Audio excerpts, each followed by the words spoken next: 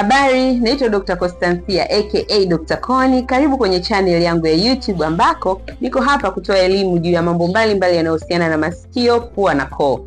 Na katika mwendelezo wa somo letu la ngoma ya sikio, leo tutaongelea juu ya dalili za kupasuka ama kutoboka kwa ngoma ya sikio.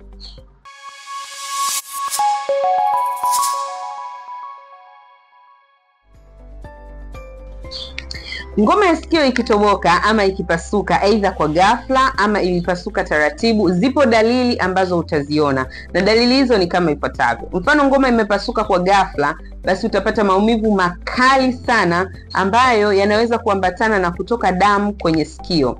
Lakini pia wale ambao ngoma ya sikio inatoboka kutokana na infection iliyoanzia ndani ya sikio, basi utapata maumivu makali ambayo yatafuatana na kutulizwa kwa maumivu. Yani hata kama ni mtoto atakuwa analia sana, baadaye utamuona ametulia, kwa sababu ile pressure ya sikio iliyokuwa ina push kwenye ngoma inakuwa imeshashuka kutokana na ile ngoma kupasuka.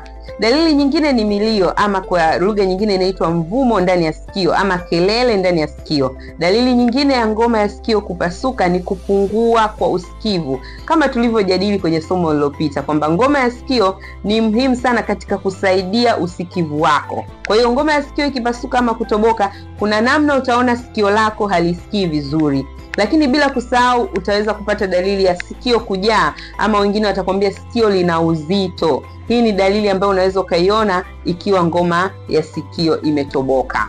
Ngoma ya sikio kama nilivyoelezea, ikitoboka ina matibabu ya kwamba usiweke chochote ndani ya sikio na ngoma itapona yenyewe. Kwa watu wazima uchukua mpaka wiki 6. Kwa watoto ndani ya wiki 4 ngoma ya sikio inaweza kupona. Cha muhimu ni kwamba ufanyiwe uchunguzi kuhakikisha kwamba ngoma yako ya sikio imetoboka na kufuata masharti ya kutoingiza chochote ndani ya sikio, iwe maji, iwe dawa, iwe kitu cha aina chochote, bali kuliacha sikio liwe kavu ili kuruhusu ngoma yako ya sikio ipate kupona.